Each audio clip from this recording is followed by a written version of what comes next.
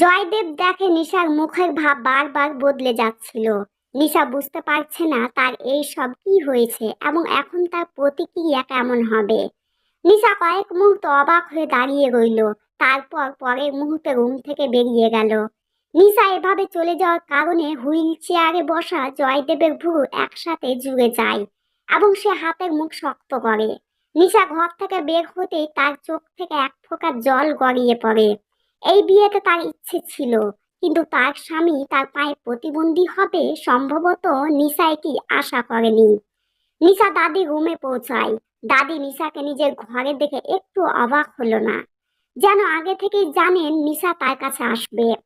নিশা প্রশ্ন উত্তর ভঙ্গিতে দাদিকে কিছু বলতে চলেছে, কিন্তু নিশা কিছু বলার আগেই দাদি বলে উঠলেন, আমি জানি তুমি কেন আমার কাছে এসেছো, কিন্তু কিছু বলার আগে তুমি আমাকে যা বলেছিলে তা মনে করো।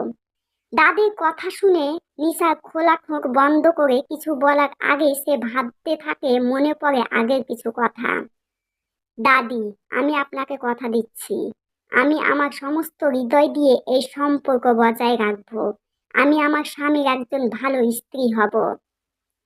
এইসব ভাবতে ভাবতে নিশা নিচু গলায় দাদিকে বলল, কিন্তু দাদি, তুমি আমার কাছ থেকে এত বড় সত্য লুকিয়ে রেখেছিলে। তুমি আমাকে তার সম্পর্কে কিছু বলনি। তুমি আমাকে বলনি যে সে প্রতিবন্ধী। তুমি আমাকে মিথ্যা বললে, আর তুমি এই জন্যই চাইছিলে আমি তাকে বিয়ে করি।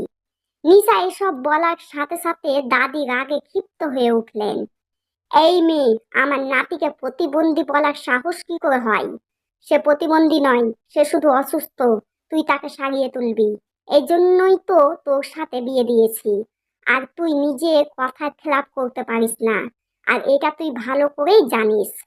দাদির কথা শুনে নিশা আবার চুপ করে রইল। অনেক কিছু বলতে চেয়েছিল, কিন্তু কিছু একটা ছিল যা তাকে বাধা দিচ্ছিল। তাকে মিথ্যা বলে বিয়ে দিয়েছিল, তাই তার কাছ থেকে জয়দেবের সত্য লুকানো হয়েছিল এবং একটি অদ্ভুত বিবাহের ব্যবস্থা করা হয়েছিল। নিশা ভাবতে থাকে হয়তো জয়দেবের এই অবস্থার জন্যই তাকে ছাড়া এই বিয়ে হয়েছে। নিশার মন কাজ করা বন্ধ করে দিয়েছিল। সে চিৎকার করতে চেয়েছিল।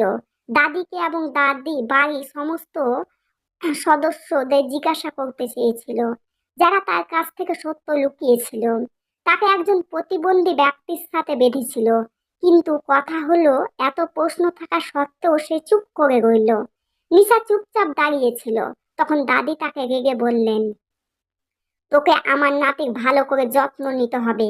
তোকে তার সাথে ভালো একজন বইয়ের মতো থাকতে হবে। তার সেবা করতে হবে। সে যা বলবে তোকে তাই করতে হবে। কিন্তু তুই একটা কথা মনে রাখিস, তোর মর্যাদা ভুলে যাস না। তুই এই বাড়ির পুত্রবধূ হওয়ার আগে এই বাড়িতে কি ছিলি, তুই নিশ্চয় ভালো করে বুঝেছিস। এবার তোর ঘরে যা। দাদি নিশাকে এখান থেকে চলে যেতে বললেন।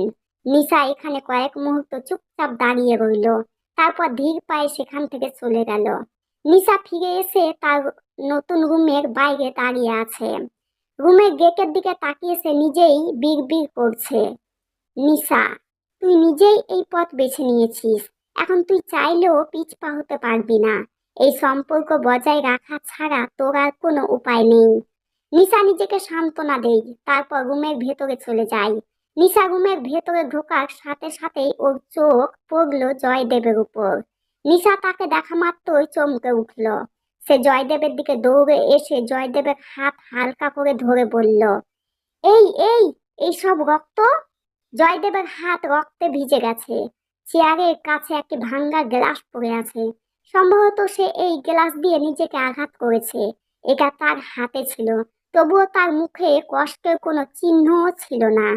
এবং যখন নিশা তাকে স্পর্শ করলো, তখন সে রেগে গিয়ে নিশাকে নিজের থেকে দূরে ফেলে দিয়ে চিৎকার করে বলল, এখন এখানে কেন এসেছো? তুমি তো আমাকে দেখেই চলে গিয়েছিলে, কারণ আমি হুইল চেয়ারে বসে আছি এবং হাঁটতে পারছি না। জয়দেব নিশাকে খুব জোরে ধাক্কা দিয়েছিল, যার ফলে ছোট্ট নিশা সোজা মাটিতে পড়ে যায়। মাথায় জোরে আঘাত পায়। জয়দেবের এই কাজ দেখে সে হতবাক। সে মাথা ধরে মাটি থেকে উঠে দাঁড়ায়। জয়দেব নিজের সাথে নিশাকেও আঘাত করেছিল, তবুও নিশা এখনো শুধু জয়দেবের কথাই ভাবছিল। যদিও নিশা জয়দেবের ভয়ে ভীত ছিল, তবুও সে মৃদু স্বরে বলল, তোমার হাতে।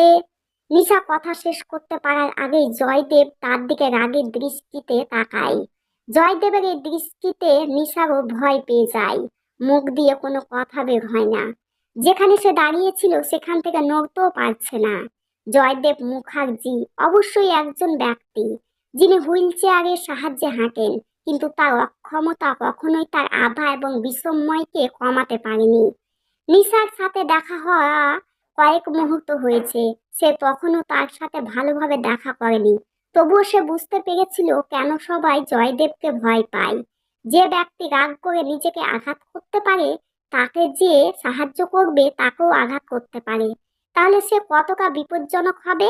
মানুষ যদি তাকে ভয় না পায় তাহলে কি করবে? আর নিশা যাই হোক, জয়দেবের ভয়ে ভীত ছিল। তার জন্য জয়দেবের মুখোমুখি হওয়া আজ একটি দুঃস্বপ্নময় রাতের চেয়ে কম ছিল না। সে ভয় পেয়েছিল, সম্ভবত এতটাই যে ভয় তার হাত পা কিছুটা কাঁপছিল। হুইল চেয়ারে বসে জয়দেব গভীর চোখে নিশার দিকে রেগে তাকিয়েছিল, আর নিশা তার সামনে ভীত বইয়ের মতো দাঁড়িয়েছিল। কয়েক মুহূর্ত নীরবতার পর হঠাৎ জয়দেব নিশাকে বলল, আমার স্নান করা দরকার, তুমি আমাকে স্নান করিয়ে দেবে। জয়দেবের কথা শুনে নিশার ভ্রু একসাথে বেঁকে গেল। মানে দুজনেই এইমাত্র দেখা করেছে, আর জয়দেব তাকে স্নান করাতে বলছে? নিশা অবাক হয়ে বলল, কি বলছেন? জয়দেব রুডলি ভাবে উত্তর দেই, যা শুনেছ। আমার অবস্থা দেখতে পাচ্ছ? যে কোনো কিছু করার জন্য আমার একজন কেয়ারটেকার দরকার, আর সেই কেয়ারটেকার এখন তুমি। তুমি এখন থেকে আমার সব কাজ করবে। নিশা তোতলানো কণ্ঠে বলল, আমি কিভাবে? জয়দেব কোনো আবেগ ছাড়াই বলল, তুমি আমার স্ত্রী, তোমার স্বামীর সেবা করা তোমার কর্তব্য। বিস্ময়ে নিশার চোখ বড় বড় হয়ে যায়। সে আবার জয়দেবকে এ নিয়ে কিছু বলতে চায়, কিন্তু জয়দেবের তীক্ষ্ণ দৃষ্টি দেখে কথাগুলো মুখের ভেতর থেকে যায়। জয়দেব যা বলছে তা করতে চায় না নিশা, কিন্তু ভয়ে সে অস্বীকারও করতে পারেনি। নিশা আস্তে করে বলল, হ্যাঁ আমি ওই। জয়দেব আবার নিশার কোনো কথা শোনে না এবং রেগে চিৎকার করে বলে, তুমি একবারে জিনিস বুঝতে পারো না? আমি বললাম স্নান করাতে হবে। এবার জয়দেবের চিৎকারে চমকে যায় নিশা। সে বুঝতে পারছে না তার কি করা উচিত। ভয়ে সে শুধু জয়দেবের হুইল চেয়ার ধরে তাকে ওয়াশরুমে নিয়ে যায়। নিশা ওয়াশরুমে জয়দেবকে নিয়ে আসে, কিন্তু এখন সে বুঝতে পারছে না এরপর কি করবে। সে ঘাবড়ে গিয়ে জয়দেবকে জিজ্ঞেস করে, আমি এখন কি কি করব? জয়দেব নিশার দিকে তাকায়, তারপর নিজের রক্ত ভেজা হাতটা নিশার দিকে এগিয়ে দেয়। যখন জয়দেব এটা করে, নিশা মনে করে যে হয়তো জয়দেব তাকে তার হাত থেকে রক্ত পরিষ্কার করতে বলছে। তাই সে দ্রুত জয়দেবের হাত ধরে এবং এটি পরিষ্কার করতে শুরু করে। জয়দেবের হাতে সত্যি একটা বড় ক্ষত ছিল, যা দেখে নিশা ভয় পেয়ে গিয়েছিল। কিন্তু জয়দেবের মুখে কোনো ভাব ছিল না, যেন তাতে তার কোনো কিছু যায় আসে না। কিছুক্ষণ পর নিশা জয়দেবের হাত পরিষ্কার করে এবং তারপর তাকে জিজ্ঞেস করে, এখন কি করব? ওষুধ লাগাতে হবে, অনেক ক্ষত আছে। জয়দেব কড়া গলায় বলল, না, আগে আমি স্নান করব। তুমি আমার শার্ট খুলো। শার্ট খোলার কথা শুনে বিস্ময়ে নিশার চোখ বড় বড় হয়ে যায়। সে জয়দেবের কাছ থেকে সরে এসে ইতস্তত করে বলল, এই এই আপনি কি বলছেন? আমি কি আপনার শার্ট খুলবো? না, আমি করতে পারবো না। ফাইনালি এতক্ষণ পর নিশা এমন কিছু করতে রাজি হলো না, কিন্তু জয়দেবের নিশার মানা করা পছন্দ হলো না। সে নিশার দিকে রেগে দেখতে শুরু করে। নিশা ভয় পেয়ে যায়, কিন্তু সে সাহস সঞ্চয় করে বলে, আপনার হাত ভালো, তাহলে আপনার নিজের কাজ নিজে করেন না কেন? নিশার এই কথায় জয়দেব দাঁতে দাঁত চেপে বলল, তুমি দেখতে পাচ্ছ এটা কি আমার হাতে? জয়দেবের কথাগুলো শুনে নিশা জয়দেবের হাতের দিকে তাকায়, যার হাতের তালু থেকে তখনও হালকা রক্ত ঝরছিল। নিশাকে তার হাতের দিকে তাকাতে দেখে জয়দেব আবার তার উপর রেগে গেল আর বলল, দাঁড়িয়ে কি দেখছো? জয়দেব শুধু রেগে যাচ্ছিল, আর নিশা বারবার ভয় পেয়ে গুটিয়ে যাচ্ছিল। সে তোতলানো কণ্ঠ করে বলে, ক ক ক আমি আমি এটা এটা করছি। নিশা তার শার্টের বোতাম খোলার জন্য জয়দেবের ওপর সামান্য ঝুঁকে যায়। নিশা যখন এমন করে তখন ওর মুখটা জয়দেবের মুখে খুব কাছাকাছি হয়ে যায়। দুজনেরই চোখ মেলে একে অপরের দিকে। জয়দেবের মুখে কোনো আবেগ ছিল না, এবং নিশার চোখে একটু ইনোসেন্ট, একটু নার্ভাসনেস, একটু ভয় আর একটু প্রশ্ন ছিল।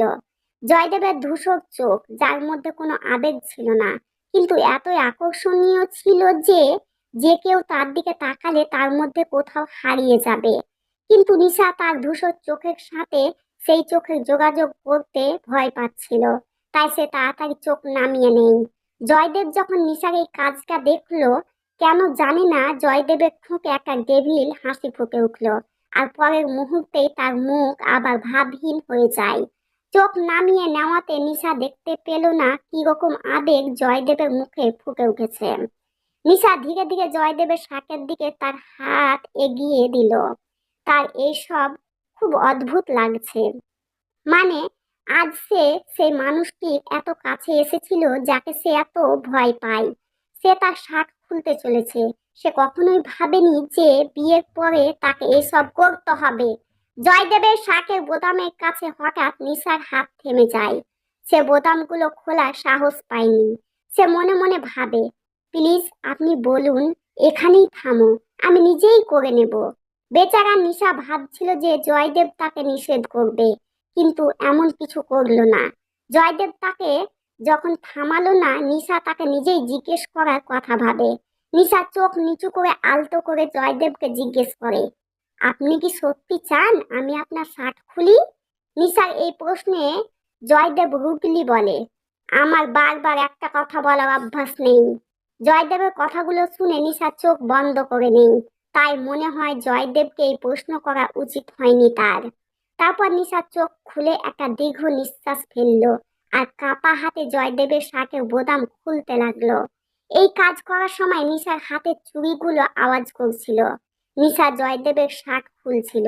তার চুড়ির আওয়াজ সারা ওয়াশরুমে প্রতিধ্বনি হচ্ছিল।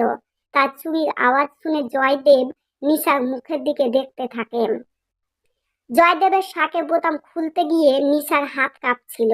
এ কারণে তার হাত বারবার জয়দেবের বুক স্পর্শ করছিল।